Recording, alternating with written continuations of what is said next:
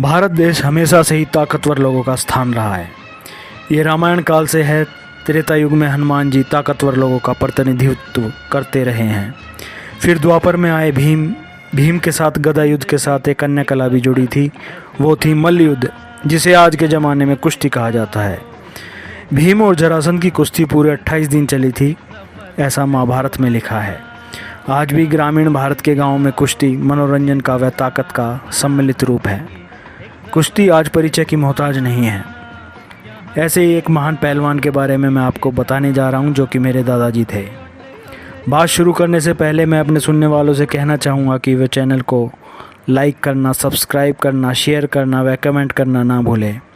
आपका ये कार्य ही हमारे जैसे लोगों की हौसला अफजाई है। भारतवर्ष में एक से एक पहलवान हुए हैं। कुछ के नाम उंगलियों पर याद है तो कुछ के नाम समय की धूल से धुंधले भी हुए हैं। ऐसे ही एक ताकतवर पहलवान थे स्वर्गीय श्री हंसराम वर्मा जी। इनका जन्म 28 मई 1932 ईस्वी को हरियाणा के गुरुग्राम के झाड़सा गांव में श्री लेखराम सोनी जी के घर पे हुआ, जो कि झाड़सा गांव के और आसपास गांवों के एक लोकप्रिय स्वर्णकार थे। 5 साल की उम्र में हंसराम जी को चेचक के रोग ने घेर लिया। मैं अपने सुनने वालों को बता देना चाहता हूं कि उस दौर में चेचक का रोग एक जानलेवा रोग समझा जाता था, क्योंकि पराधीन भारत में चिकित्सा की सुविधाएं उस समय नहीं थी। चेचक में शरीर पर फफोले निकलते थे। उन फफोलों का फूटना ही बड़ा ही पीड़ादायक होता था। इन्हीं फफोलों के फूटने के कारण इनकी मां धन्नो देवी ने इनको 6 महीने राख पर सुलाया। इसी बीमारी से इनके अंदर हिम्मती रहने की भावना पैदा हुई, जो इनके अंतिम समय तक कायम रही। बीमारी से उभरने के बाद हंसराम जी का दाखिला स्कूल में करा दिया गया, जहां से ये अपने भाई हरिचंद जी के साथ स्कूल जाते थे। अब बचपन तो हर इंसान का चंचल ही होता है। स्कूल में एक लड़के से इनकी लड़ाई हो गई। कमजोरी के कारण उस लड़के ने इनको पीट दिया। ये सब घटना इनके बड़े भाई हरिचंद जी भी देख रहे थे। उन्होंने स्कूल के बाद उनसे कहा कि तुम मेरे साथ आज से श्री कृष्ण मंदिर वाले अखाड़े में चला करो। भाई की बात में इन्होंने सहमति जताई। उस समय झाड़सा गांव में श्री कृष्ण मंदिर पर एक कुश्ती का अखाड़ा हुआ करता था, जहां सभी गांव के युवक पहलवानी करते थे और व्यायाम करते थे। ये सन 1947 से पहले की बात है। गांव के काफ़ी युवक वहां पर जाते थे। वहां पर स्वर्गीय श्री बृजलाल सिंह किल्होड़, जो कि खजांची के पिताजी थे, बच्चों को पहलवानी सिखाते थे। कुछ ही सालों की मेहनत व लगन से हंसराम जी अच्छे पहलवान बन गए। दर्शक इनकी कुश्ती देखकर गदगद हो जाते थे। इन्होंने आसपास के गांवों में दंगलों में भाग लेना शुरू कर दिया और झाड़सा की ध्वज फहरानी शुरू कर दी। 18 वर्ष की उम्र में इनकी शादी हो गई। सन 1950 में इनकी जॉब डाक विभाग में, जो कि उस समय India post and telegraph service के नाम से जाना जाता था, में लग गई। ये इंटरव्यू में प्रथम रहे। इनको उस समय कैशियर की जॉब मिली। जॉब पर आने जाने में काफ़ी समय लगता था। उस समय सभी लोग साइकिल से दिल्ली तक सफ़र करते थे। पहलवान के लिए अभ्यास सबसे ज़्यादा ज़रूरी होता है। जैसे गायक के लिए रियाज ज़रूरी होता है, वैसे ही पहलवान के लिए अभ्यास ज़रूरी होता है। दिल्ली नौकरी पर ही इन्हें गुरु हनुमान अखाड़े के बारे में पता चला। इन्होंने सन 1950 में ही श्री गुरु हनुमान अखाड़े में जाना शुरू कर दिया। गुरुजी के सानिध्य में इनकी कुश्ती के और निखार आया। इन्होंने गांव गुआहट के दंगलों के साथ साथ डाक विभाग के टूर्नामेंट में भी भाग लेना शुरू कर दिया। जल्द ही इनकी गिनती भारत के बढ़िया पहलवानों में होने लगी। इन्होंने भारतीय डाक विभाग की तरफ से कराई गई प्रतियोगिताओं में प्रथम स्थान प्राप्त किया। सन 1956 में भारतीय डाक व तार विभाग के खिलाड़ियों की मैगजीन में अच्छे पहलवानों की श्रेणी में इनका चित्र प्रकाशित हुआ था। 1948 में रोहतक में हुई कुश्ती में ये विनर रहे। 1954 में India post and telegraph service के कल्चरल इवेंट दिल्ली में आयोजित हुए थे, उसमें ये विजयी रहे। 1955 में पटना में ये रनर अप रहे। 1956 में ही दिल्ली में ये कबड्डी सर्कल में भी विजयी रहे। 1957 में दिल्ली में ये रनर अप रहे और दिल्ली कबड्डी में ही ये विजयी भी रहे। 1959 में दिल्ली में ये विजयी रहे और हैवी वेट के अंदर लखनऊ में फर्स्ट आए। 1961 में दिल्ली के अंदर हैवीवेट में ये विनर रहे और 1962 में कबड्डी में विनर रहे।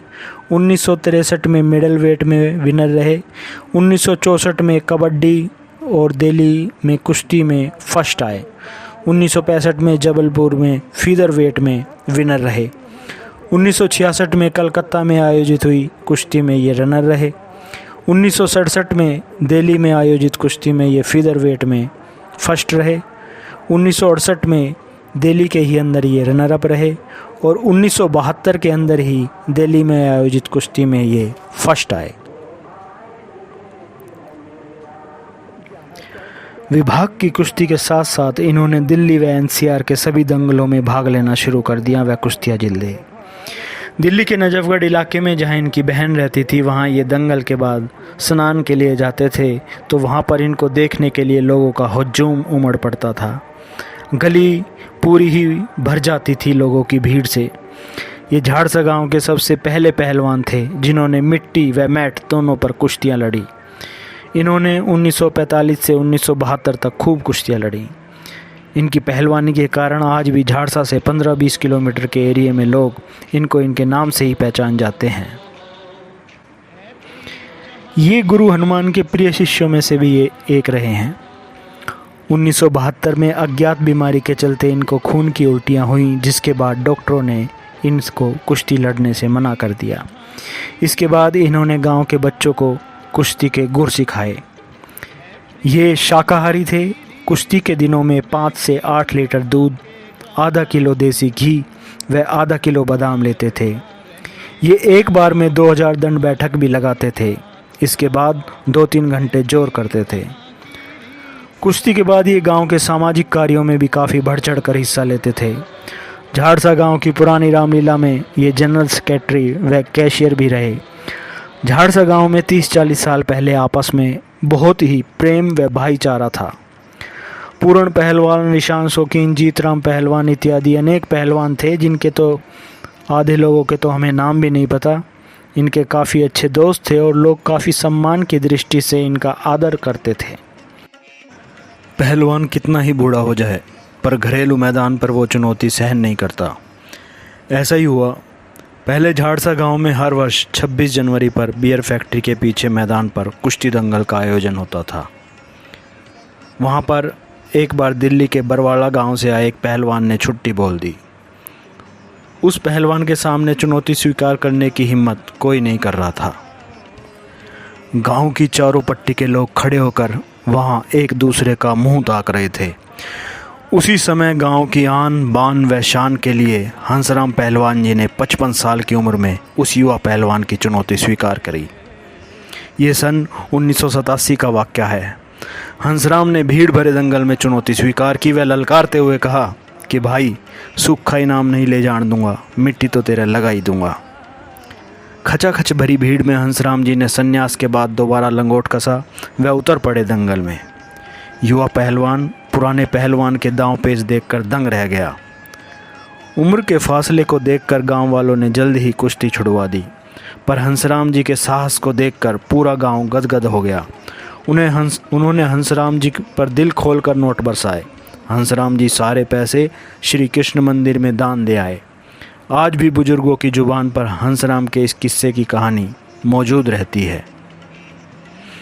तो ऐसे थे हंसराम पहलवान जी। देश के लिए जीना, अपने गांव के लिए मरना व कुश्ती के लिए जीना, यही उनके जीवन का सार है। गांव की सामाजिक व सांस्कृतिक गतिविधियों में वो आगे रहते थे। पुराने लोगों के लिए गांव राम के समान अर्थात भगवान के जैसा होता था। कुश्ती से संन्यास लेने के बाद इन्होंने कुछ समय गांव के बच्चों को कुश्ती की ट्रेनिंग दी।